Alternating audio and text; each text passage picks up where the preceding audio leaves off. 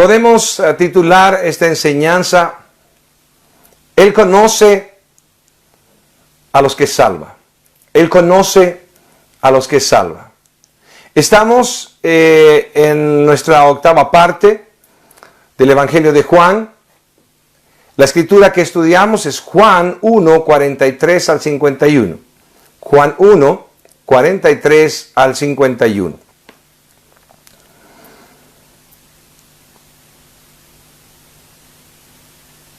Puedas tener tu Biblia abierta, tu celular abierto, lo que sea necesario para poder acompañarnos en este tiempo de la lectura y todo este estudio. Juan 1, 43 al 51. El siguiente día quiso Jesús ir a Galilea y halló a Felipe y le dijo, sígueme. Y Felipe era de Betsaida, la ciudad de Andrés y Pedro. Felipe halló a Natanael y le dijo, hemos hallado a aquel de quien escribió Moisés en la ley, así como los profetas, así como los profetas. A Jesús, el hijo de José de Nazaret. Natanael le dijo, ¿de Nazaret puede salir algo de bueno? Le dijo Felipe, ven y ve. Cuando Jesús vio a Natanael que se le acercaba, dijo de él, he aquí un verdadero israelita en quien no hay engaño. Le dijo Natanael, ¿de dónde me conoces? Respondió Jesús y le dijo, antes que Felipe te llamara, cuando estabas debajo de la higuera, te vi. Respondió Natanael y le dijo, Rabí, tú eres el Hijo de Dios, tú eres el Rey de Israel. Respondió Jesús y le dijo, porque te dije, te vi debajo de la higuera, ¿crees?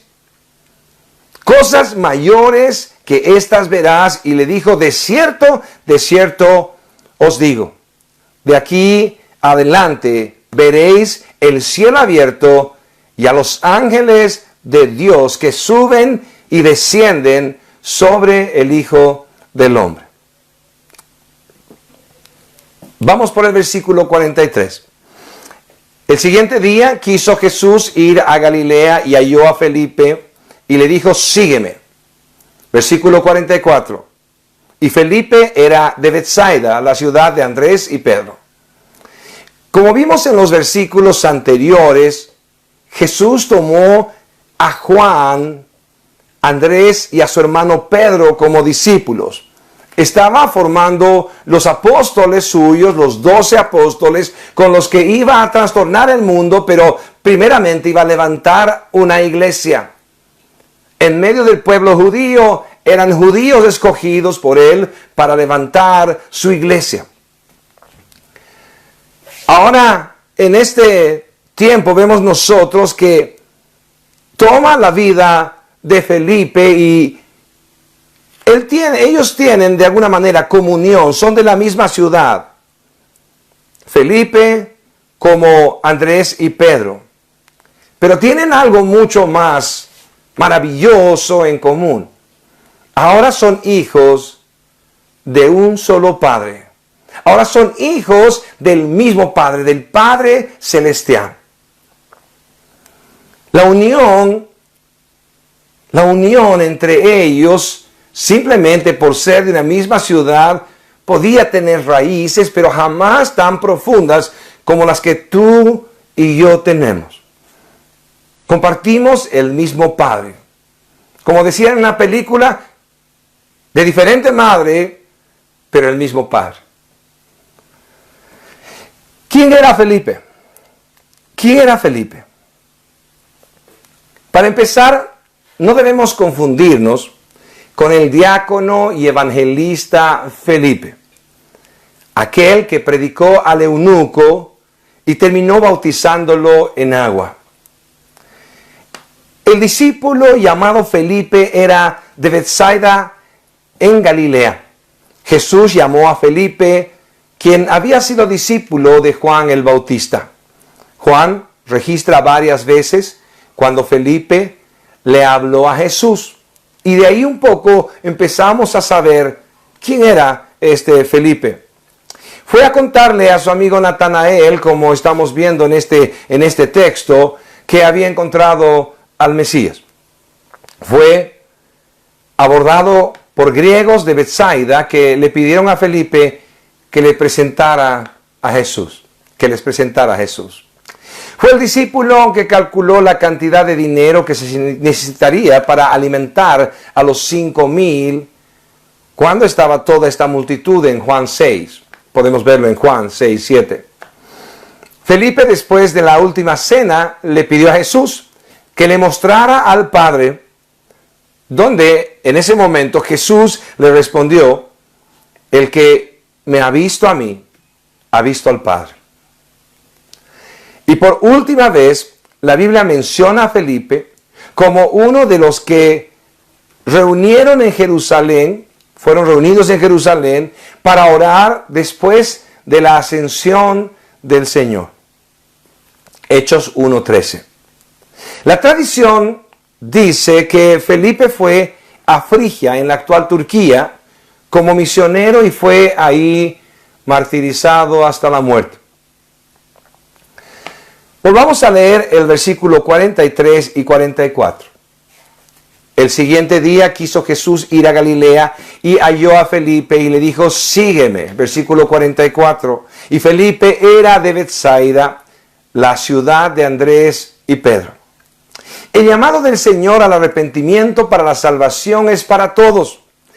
Y todos le rechazan, a pesar de que algunos por ahí pueden parecer simpatizantes. Podemos de repente estar hablando de aquellos que se quedan después del llamado a la salvación, al arrepentimiento, a la conversión, y se quedan simplemente por su espíritu de religiosidad, porque les fascinan estas cosas. Pero ellos no llegan a ser salvos. Posiblemente podemos entender que hay aquellos a quien Dios escoge, como tú y como yo, con un llamado que podemos decir un llamado eficaz. Entonces, muchos son llamados, pero pocos escogidos. El llamado es general, el llamado es universal. Arrepentíos y convertíos, pero hay un llamado eficaz que termina en la salvación y en la vida eterna para aquel que es llamado de esta manera. Podemos entender un llamado externo, nos lleva a escuchar al predicador, al apóstol, al discípulo, a todos en diferente tiempo, escuchando este mensaje: arrepentidos, convertidos, etcétera, etcétera. Ese llamado es un llamado que podemos llamarlo externo. Todos lo escuchan, todos de alguna forma lo reciben, pero no lo aceptan. Y algunos que sí lo aceptan, simplemente quedan en un tema de religiosidad. Como les dije hace un momento, son aquellos que les gustan estas cosas de lo espiritual. Pero a diferencia de este llamado, les decía, hay un llamado que podemos decir un llamado interno, un llamado eficaz. Este llamado eficaz tiene que ver con la gracia irresistible. Es eficaz porque cuando Dios llama de esta manera, llama para salvación. Es eficaz porque aquel que es llamado internamente por Dios, entonces es aquel que recibe salvación. Es aquel que no va a despreciar el llamado del Señor, que va a contestar directamente: sí, Señor, aquí me rindo, Dios, aquí estoy. Y les dije que esto viene acompañado de una gracia irresistible. ¿Cuántas veces nosotros podríamos haber experimentado un llamado externo? En mi caso, con una madre cristiana y yo un hombre ajeno a toda bondad de Dios, a toda religiosidad o lo que sea, he escuchado una y otra vez el llamado: arrepiéntete, conviértete, acércate a Cristo, Él te ama, tiene misericordia de ti, puedes abandonar el mundo, tu pecado. ¿Cuántas veces? Pero llegó el día de salvación, llegó el día de salvación. Hace unos 3 días pude hablar con el pastor a quien Dios utilizó para hacer este llamado eficaz. Tantos años, de repente estamos hablando del año 81. Entonces Luis estaba ahí y me dijo, debes arrepentirte y entregarte a Jesús, o en otras palabras. Y fue un llamado interno. No podía responder que no esta vez. Y por otro lado, su gracia estaba frente a mí, su gracia estaba ahí, de tal manera que yo había rechazado cuántas veces el mensaje donde su gracia estaba puesta delante de mí, pero esta gracia era diferente, porque era el día de salvación. Su gracia fue irresistible para mí. Y así es el Señor cuando salva. Cada uno de ellos recibió ese llamado eficaz y esa gracia irresistible fue patente en su vida. Una porción de la Confesión Bautista de Londres de 1689, con referencia a Romanos 8:30 al 32, dice lo siguiente. Las confesiones de fe por lo general estaban estableciendo raíces sólidas, principios sólidos, doctrina sólida frente a las herejías circundantes. Y esta confesión de Londres dice, debemos distinguir entre dos llamamientos. Un llamamiento externo proclamado a todos los hombres para que vengan y sean salvos por medio del Evangelio, al cual pocos responderán. Y el llamamiento eficaz, el cual será respondido y resultará en salvación. El llamamiento eficaz es una operación salvadora de Dios que no puede ser detenida por los hombres. No hay nada que pueda detener esta obra de salvación en la vida. De quien Dios realmente llama con este tipo de llamado.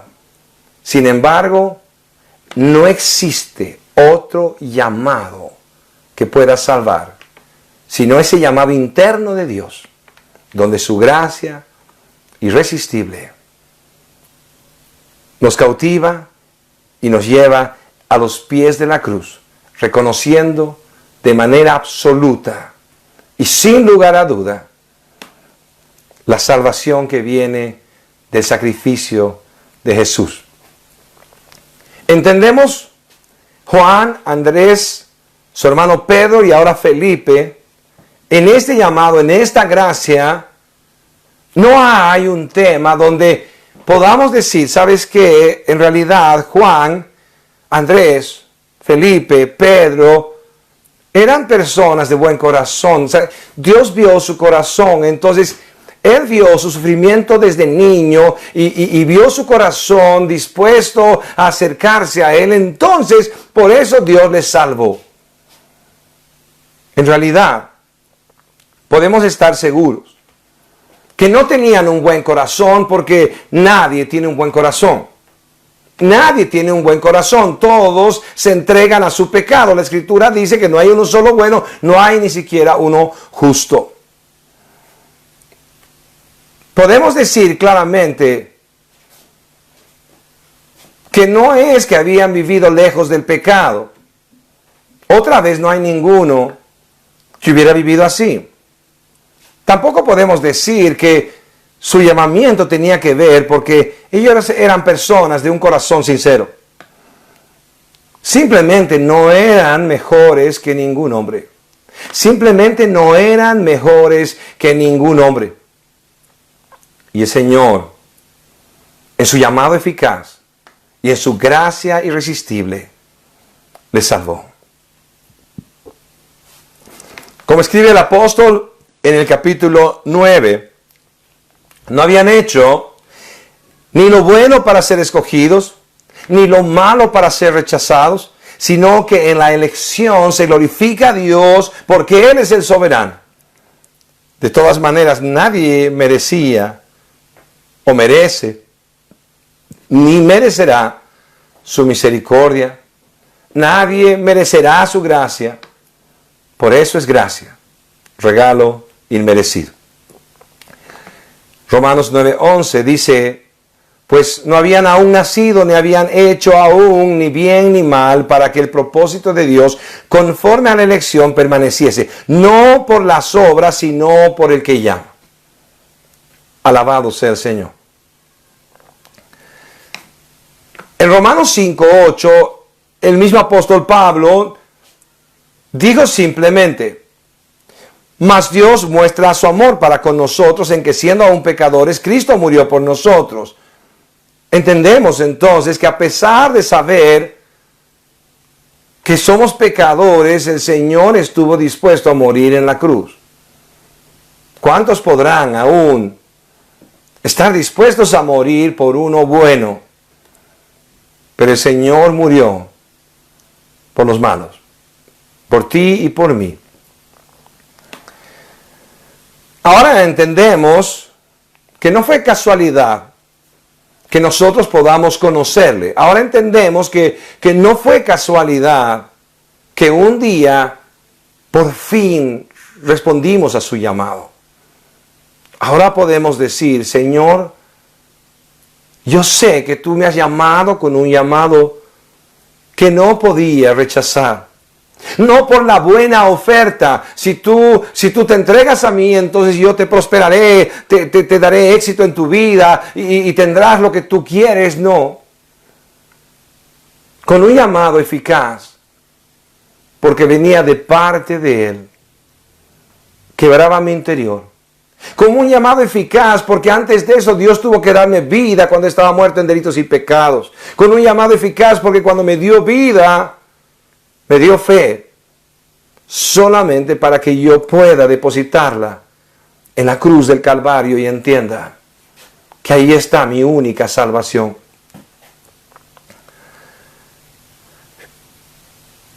Ese llamado es un llamado que rompe todos mis conceptos, todos tus conceptos. Es un llamado a pecadores, al arrepentimiento y a la santidad. Santidad sin ausencia de pecado, sino con ausencia de práctica de pecado. Es una santidad que a pesar de ser pecadores, uno está luchando contra el pecado hasta la sangre, como siempre repito. Y así dice el autor de Hebreos. ¿Cómo puede Dios llamar a un pecador a la santidad? ¿Cómo puede llamar Dios a alguien que ama su pecado y tocar su vida y decirle no es el camino, y que un pecador amando su pecado pueda decir, Señor, aquí estoy, Dios, ten misericordia de mí? Ese es el milagro en tu vida y ese es el milagro en mi vida. No es digno el Señor de que tú y yo podamos hoy inclinar nuestro rostro, doblar nuestras rodillas y escuche nuestra voz diciéndole, Señor, he visto tu gracia, he visto tu misericordia en mi vida, Dios. Me rindo ante ti, Señor bendito Dios, porque reconozco, es tu obra, Señor, es tu obra, Señor. Es tu obra. Habla con el Señor. Habla con el Señor. Oh Dios, tú eres digno, Señor. Tú eres digno, Señor. En el versículo 45 dice la Escritura lo siguiente. Felipe halló a Natanael y le dijo, hemos hallado a aquel de quien escribió Moisés en la ley, como los profetas, a Jesús, el hijo de José de Nazaret. Versículo 45. Felipe halló a Natanael y le dijo, hemos hallado a aquel de quien escribió Moisés en la ley, así como los profetas. A Jesús, el hijo de José de Nazaret. Había realmente un entendimiento de quién era el que había sido presentado delante de él.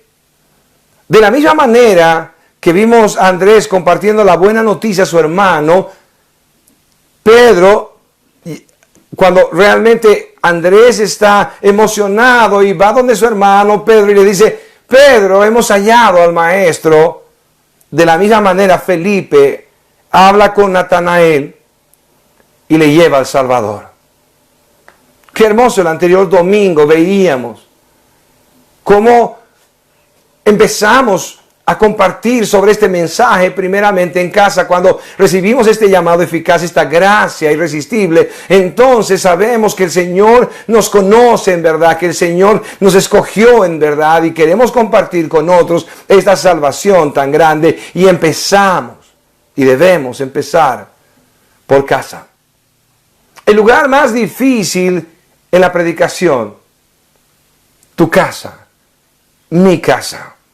Es ahí donde estamos cada uno de nosotros con un desafío que realmente nos va a costar la vida. Los demás podrán escuchar nuestras palabras y podrán decir, sí, realmente interesante, sí tiene razón, o lo que sea.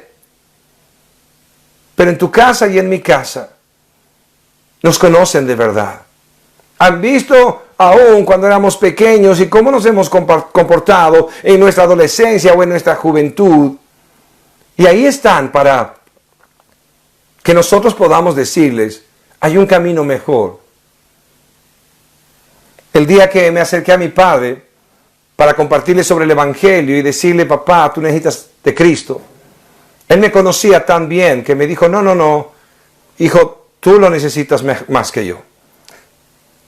Tú lo necesitas más que yo, así que estás haciendo bien. A mí déjame tranquilo con mi religión.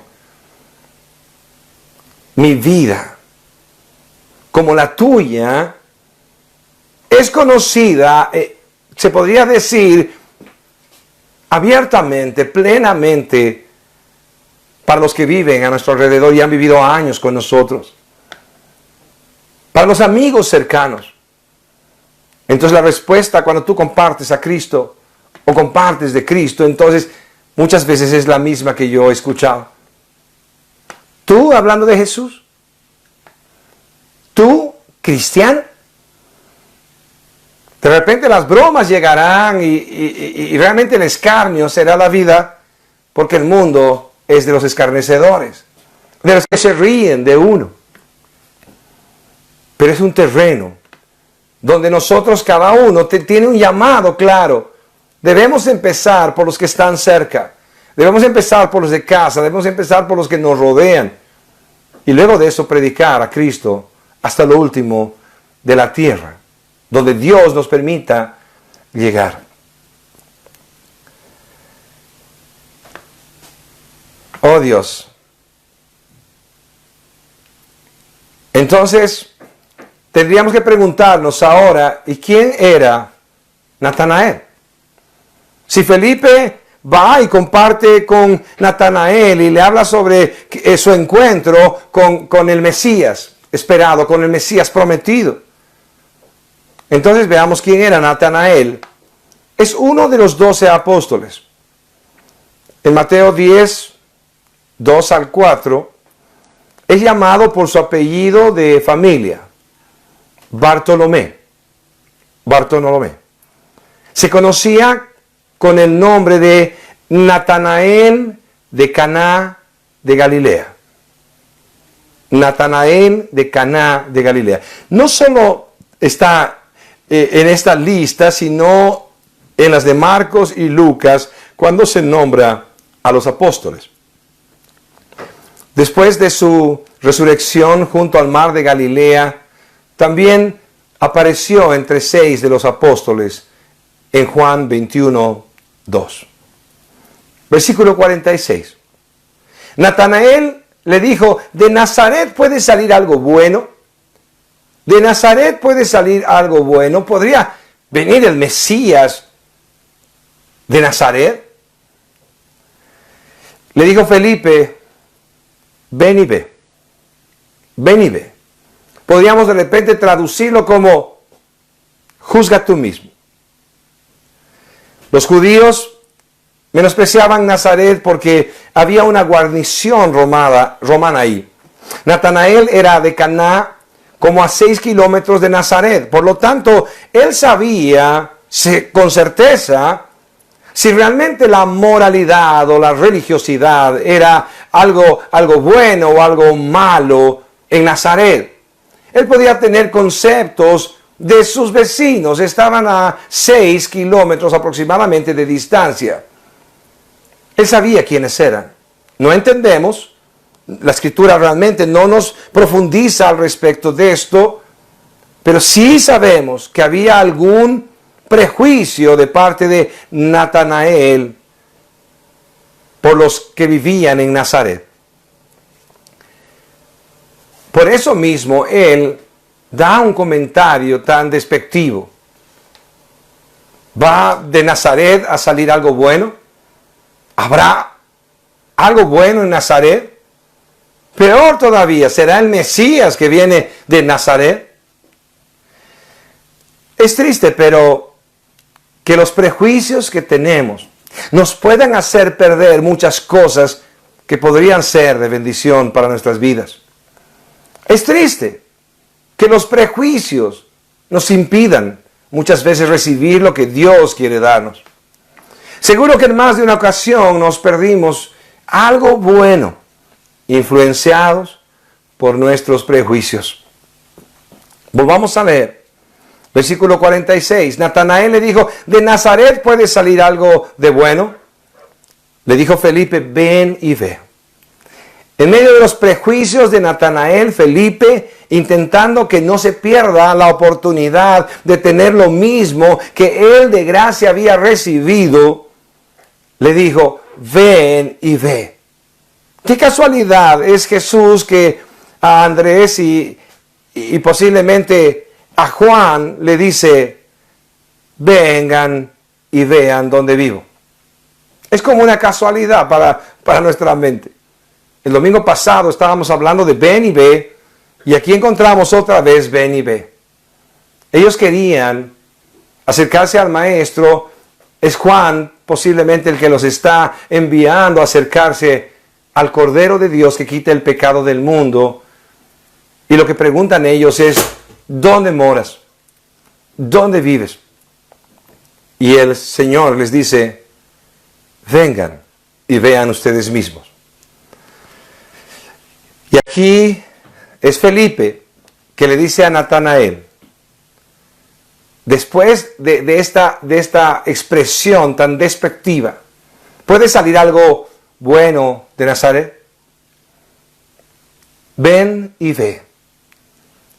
Sigue siendo bienaventurado aquel que cree sin ver. Pero su misericordia es tan grande que aún permitió que muchos tengan todas las pruebas necesarias para que puedan rendirse delante de Él y recibir salvación. Josh McDowell, un escritor creyente, cristiano, escribe evidencias que merecen un veredicto. Toda una recopilación de pruebas, de evidencias, para que los que dicen científicamente rechazar como él rechazó la deidad de Cristo, tengan donde poder leer, poder investigar y decir, hay tanta evidencia que no puedo seguir en mi necedad. Él escribe como un resumen de esto en un libro que es Más que un carpintero. Más que un carpintero. El Señor es así con nosotros. Una y otra vez nos mostró desde el principio de la creación su gloria, su grandeza. Nos mostró que Él es el Señor. Nos mostró que todo esto no puede ser una casualidad, que esto es maravilloso porque Él lo creó. Y nuestros ojos, mientras tanto, que no fueron abiertos por Él, no pudimos ver todo esto. Pero Dios trabaja con algunos de nosotros o con muchos de nosotros y trabajó de esa forma, nos llevó de evidencia en evidencia diciéndonos, has probado todo, has probado una y otra vez tantas cosas, pero te has dado cuenta que jamás has llenado tu vacío, que jamás has estado completo, que jamás has estado satisfecho. Y realmente no hay más esperanza que la mía. De alguna forma, el Señor nos dijo, ven y ve. Bienaventurado es aquel que sin ver cree, pero el Señor a mí y a ti, ¿cuántas veces nos dijo, ven y ve? El versículo 46 nos muestra esa escena que posiblemente tú y yo le hemos vivido varias veces. ¿Cuántas veces Dios en tu vida te ha dado evidencias para que te rindas a Él? Aún lo que estamos viviendo en medio de una pandemia es evidencia que todos nos vamos y que necesitamos un Salvador. Y sin embargo hay muchos que siguen en su necedad, en su pecado y están buscando pecar y entregarse a sus pasiones en medio de una pandemia que está gritándonos, vas a morir cualquier momento, eres frágil, eres indefenso, indefensa, y el fin es o el infierno o el cielo, la ira eterna de Dios o el gozo eterno de Dios. Y sin embargo, aún siguen en su pecado y en su necedad, en sus pleitos, en sus contiendas, en sus miserias. Y el Señor una y otra vez, dándonos las evidencias necesarias, las pruebas necesarias, para que tomemos una decisión o de conversión o de consagración. Dios, ten misericordia. Versículo 47 dice, cuando Jesús vio a Natanael que se le acercaba, dijo de él, he aquí un verdadero israelita en quien no hay engaño. Posiblemente lo que estaba diciendo el Señor es, he ahí un judío verdadero. He ahí un hombre que ama su religión, alguien que es firme en su religión, que es sincero en su religión. Pero pronto Natanael también entendería que no importa tanta sinceridad, porque uno puede estar sinceramente equivocado. Uno puede estar sinceramente yendo al infierno. Puede tener las mejores intenciones. He escuchado a alguna persona justificarse diciéndome, pastor, Dios conoce mi corazón. Y le he respondido con amor la verdad. Si Dios ve tu corazón o ve mi corazón, podría indisponerse. Porque no hay nada bueno en el hombre. No hay nada bueno en el hombre. Somos aceptos en el amado. Somos aceptos en el amado. Cuando alguien se acerca a ti o a mí y nos dice, ¿sabes qué? Tú eres una mala persona. Yo le digo, sí. Y de repente me dice alguien, no te dice a ti, pero tú no puedes ser cristiano. Y yo le digo, sí, estoy de acuerdo, no puedo ser cristiano. Pero si alguien pregunta, ¿y por qué sigues en esto? Entonces podremos responder, porque no es por mi buen corazón, no es por mi sinceridad, no es porque soy una buena persona que el Señor me salvó. Él vino por enfermos y vino por pecadores, como Juan, Andrés, Pedro y Felipe, solo pecadores que fueron llevados a la salvación porque Él conoce a los que salva. Pronto Natanael podría entender que esta frase de he aquí un verdadero israelita en quien no hay engaño no era la garantía de su salvación, sino que el mismo Señor le iba a mostrar, como nos mostró a nosotros, que fuera de Él no hay salvación, que no hay nada en nosotros que realmente el Señor pueda haber visto para salvarnos. Tendrá tiempo para conocer al Maestro, porque el Maestro fue el que le escogió entre muchos para que éste pueda ser un apóstol suyo. y le sirva hasta la muerte. Así nos acercamos a Dios, cada uno de nosotros. Alguien fue usado por Dios para decirnos, ven y ve. Y aprendimos poco a poco que esta salvación es gratuita. Pero también entendimos que servirle aún a pesar del sufrimiento es un honor. Que no hay lugar más seguro que su regazo. Ahí en Él estamos seguros. ¿Cuántos pueden decir amén? Que no hay forma de seguirlo, sino pisando las huellas que Él nos dejó. Y por lo tanto, esto se trata de morir nosotros para que Él viva. De menguar, como vimos a Juan el Bautista, menguar para que Cristo crezca en su vida. Oh Dios, gracias Señor bendito Dios, porque ha hecho esta obra maravillosa en nosotros. Nos has visto en nuestra miseria, pero tú nos conocías desde antes de la fundación del mundo. Tú nos habías amado antes de la fundación del mundo. Y nos diste salvación en el día que tú elegiste como soberano. Y después de que alguien dijo, ven y ve, abriste nuestros ojos y te vimos.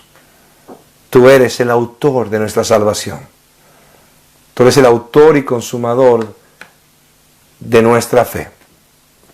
En el versículo 48 le dijo Natanael, ¿de dónde me conoces? Respondió Jesús y le dijo, antes que Felipe te llamara, cuando estabas debajo de la higuera te vi. Volvamos a leer el versículo 48. Le dijo Natanael, ¿de dónde me conoces? Acabas de decir que soy un judío donde no se haya engaño en mí. ¿De dónde tú me conoces? Le dijo Natanael, ¿de dónde me conoces? Y respondió Jesús y le dijo, antes que Felipe te llamara, cuando estabas debajo de la higuera, te vi. Oh, no solo Jesús conocía a Natanael. Él lo vio cuando estaba debajo de la higuera y no solamente lo conoció ni lo vio cuando estaba debajo de la higuera, algo que solamente él sabía. El Señor lo escogió antes de que Natanael existiera y lo escogió para vida eterna. Lo formó en el vientre de su madre. Lo tejió en el vientre de su madre. Él es Dios. Y Natanael también lo reconocerá como Dios. Es tan especial saber que no fue muy diferente con nosotros. Él nos escogió antes de la fundación del mundo para que fuésemos salvos. Nos hizo y nos tejió en el vientre de nuestra madre. Y por su gracia le reconocimos como nuestro Dios y nuestro Salvador. Y nos llamó también para servirle. No hay alguien que Dios salve y realmente no lo hubiera conocido primero. No es que Dios no conoce las cosas porque Él es omnisciente.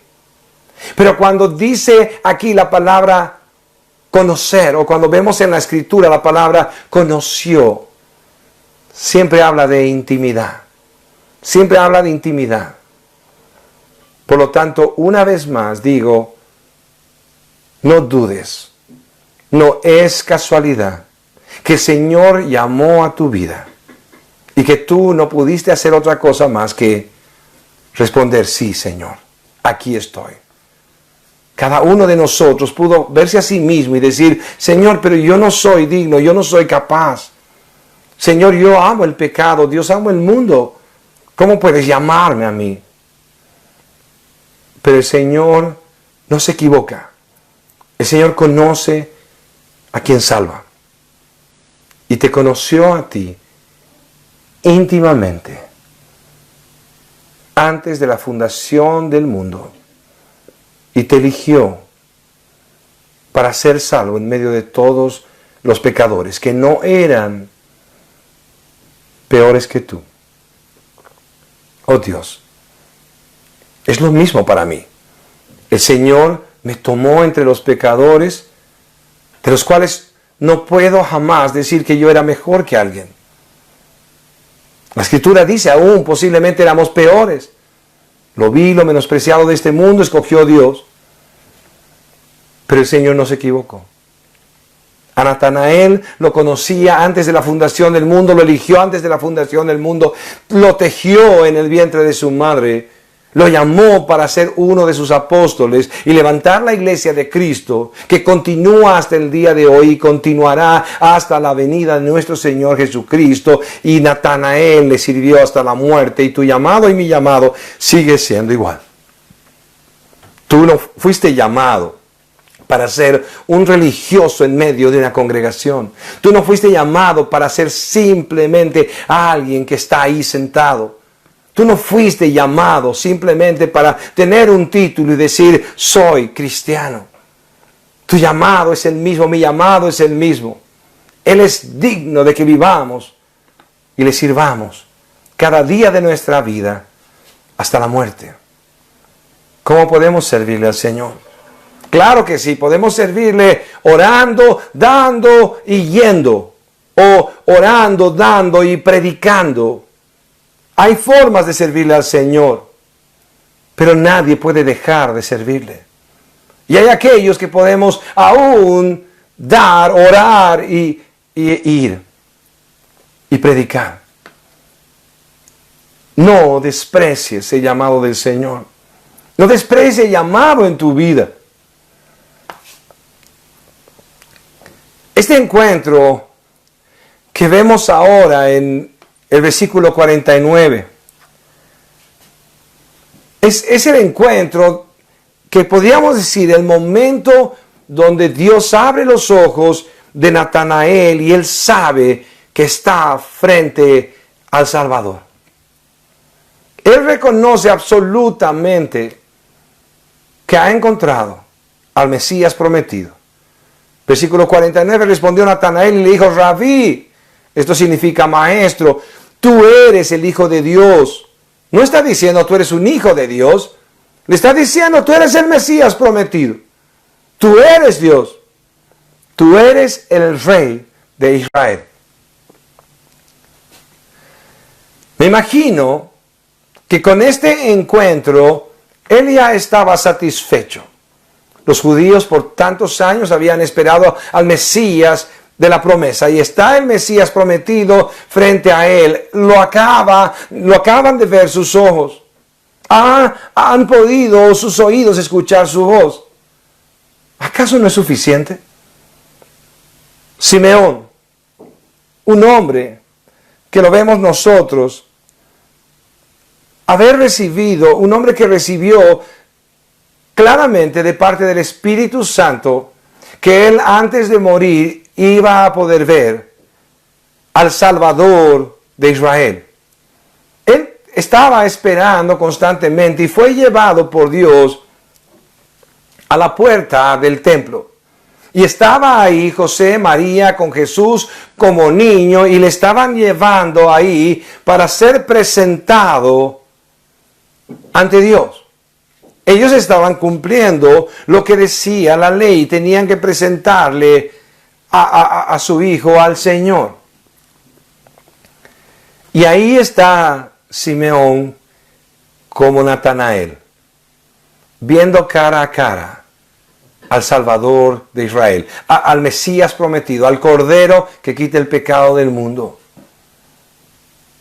Simeón ve ahí al niño y reconoce absolutamente con quién ha tenido este encuentro. Él está seguro quién está frente a él. Simeón le tomó en sus brazos y bendijo a Dios diciendo, ahora Señor, despides a tu siervo en paz, conforme a tu palabra, porque han visto mis ojos tu salvación. Luz para revelación a los gentiles y gloria de tu pueblo Israel. Esto está en Lucas 2, 28 al 30 y el versículo 32.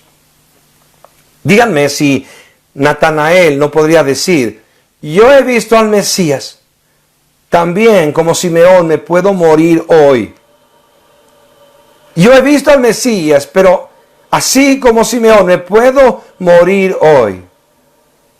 Pero no sabía Natanael que Jesús tenía planes, que Jesús tenía planes con él, que el encuentro en absoluto era casual, que el soberano Dios le había elegido para ser un apóstol suyo, para caminar con él. También tiene planes para ti. Y Él es digno de que le sirvas hasta el final.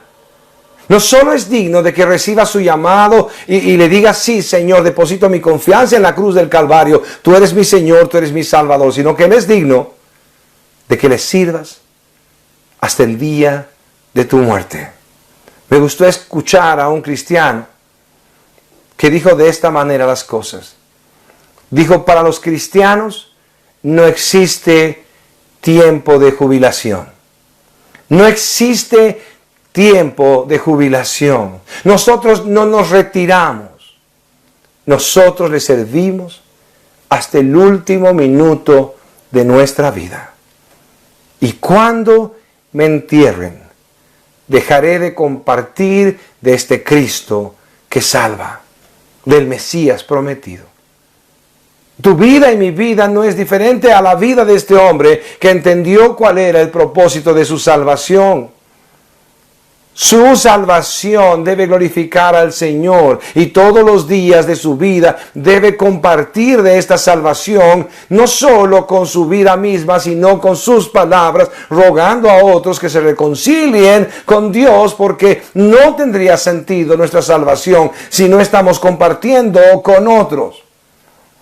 Andrés pudo compartir con Pedro.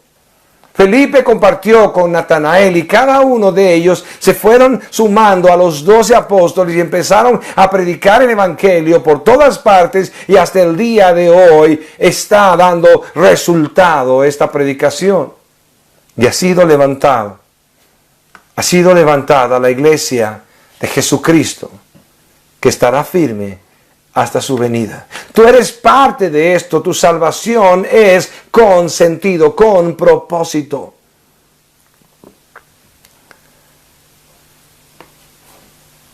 ¿Has decidido servirle así?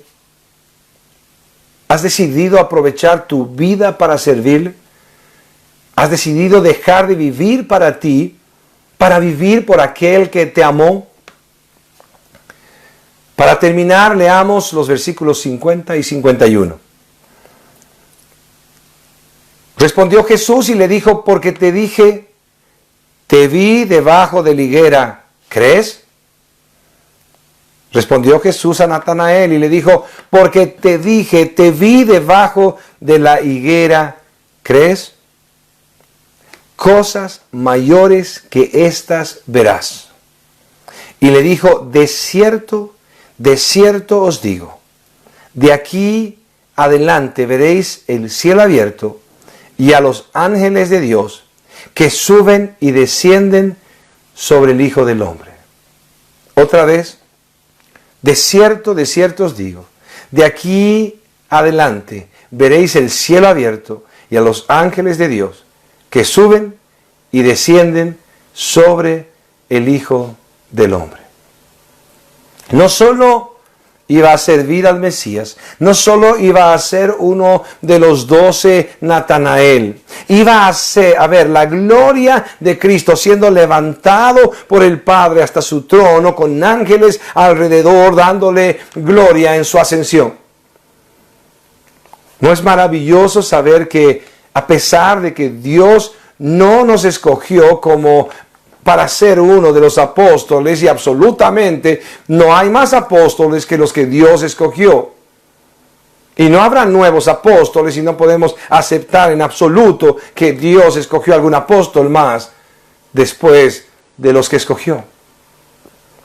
Pero el llamado tuyo y el llamado mío no fue para apóstoles.